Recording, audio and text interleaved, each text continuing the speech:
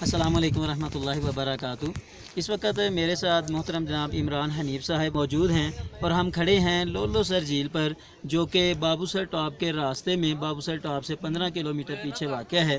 तो इस झील के ऊपर हम आए हैं, हमने देखा है यहाँ पे बहुत बड़ी ये ज़बरदस्त झील है और बड़ी कमाल की झील है।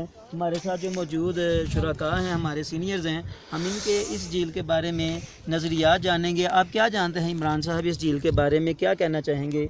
मैं इसमें यह समझता हूँ कि अल्हम्दुलिल्लाह अल्लाह ताला की बहुत बड़ी नेमतों में से एक ये नेमत है पाकिस्तान के लिए। तो लेकिन अफसोस का मुकाम यह है कि जहाँ हमने और बहुत सारे मामलात में अल्लाह ताला की नाशुक्री की हुई है और हमने बहुत सारी नेमतों से फ़ायदा नहीं उठाया। इसी तरह से हम यहाँ भी देखते हैं कि इतना एक ये सेहत अफ़ज़ा और पुरफ़ज़ा मुकाम है, लेकिन यहाँ पर भी सिवाय एक दो होटल्स के कोई ऐसी डेवलपमेंट नहीं की गई कि जिसमें स्कूल के स्टूडेंट ख़ास तौर पे और तलबा और तालिबात आके या बच्चे जो हैं वो आके यहाँ पे इंजॉय कर सकें। बस आपको ये चंद आपको दरख्त ये पत्थर मिलेंगे और उन्हीं पत्थरों से आके, और ये रास्ते कई सालों से बल्कि शायद लगता है कि सदियों से बने हुए हैं और ये कच्चे ही इन्हीं के ऊपर ही जो हैं वो आके लोग अपना कुछ वक्त यहाँ पे पास कर लेते हैं।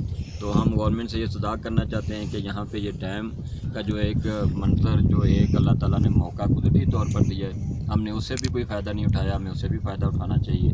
और इसी तरह से हमें यहाँ पे ख़ास तौर पे अपनी आवाम के लिए, पब्लिक के लिए कुछ प्लानिंग करनी चाहिए और बहुत थोड़े पैसों के साथ ये काम हो सकता है कि लोगों के एंजॉय करने के लिए, घूमने फिरने के लिए एक अच्छे मुकाम पे यहाँ पे एक बहुत अच्छी प्लानिंग के साथ बहुत अच्छा पार्क बनाया जा सकता है, बहुत अच्छी सहूलियात दी जा सकती हैं। ज़बरदस्त, बहुत शुक्रिया जी, जज़ाकल्लाह।